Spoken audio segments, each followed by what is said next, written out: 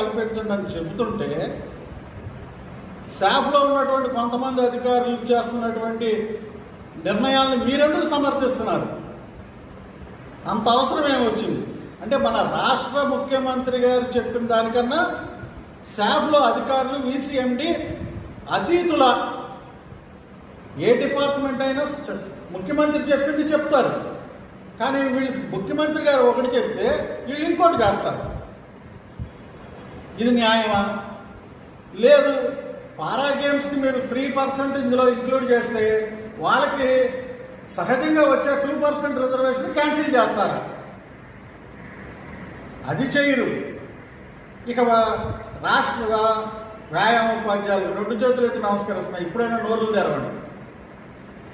మేము ప్రతి డిపార్ట్మెంట్ని ప్రతి అసోసియేషన్ అడుగుతారు, మా గేమ్ స్కూల్ గేమ్స్లో లేదా, మా గేమ్ స్కూల్ గేమ్స్లో లేదా అని. మీ స్కూల్ గేమ్స్లో నేషనల్స్ ఆడితే ఆ సర్టిఫికెట్కి గుర్తింపు లేదని చెప్తున్నారు స్పోర్ట్స్ అథారిటీ ఆఫ్ ఆంధ్రప్రదేశ్లో.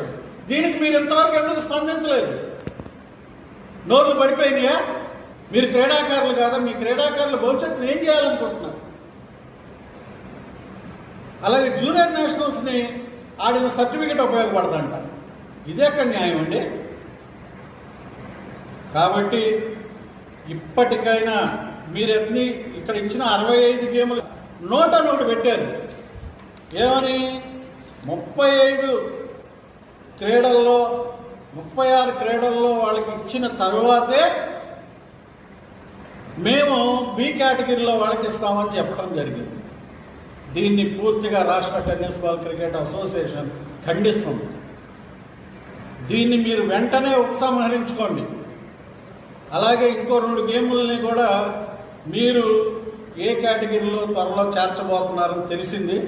ఇది గనక జరిగితే వందలాది మంది క్రీడాకారులు మీ శాఫ్ ఆఫీస్ ముందు కూర్చొని ధర్నా చేసి మీ చేస్తున్న అవినీతిని, అవకతవకల్ని రాష్ట్ర ముఖ్యమంత్రి గారికి దృష్టికి తీసుకెళ్ళడానికి కూడా మేము అనుకోము.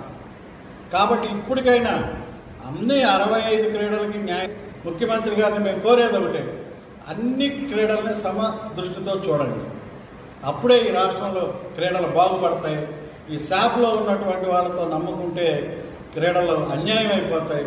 ఈ B కేటగిరీలో వాళ్ళని కూడా ఏ కేటగిరీ వాళ్ళని అందరినీ సేవించి ప్రయారిటీ ప్రకారం రేపు రాష్ట్రంలో జాబ్స్ అవకాశాలు కల్పించాలని చెప్పి మా రాష్ట్ర టెన్నిస్ అసోసియేషన్ తరఫున మీకు విజ్ఞప్తి చేస్తాం.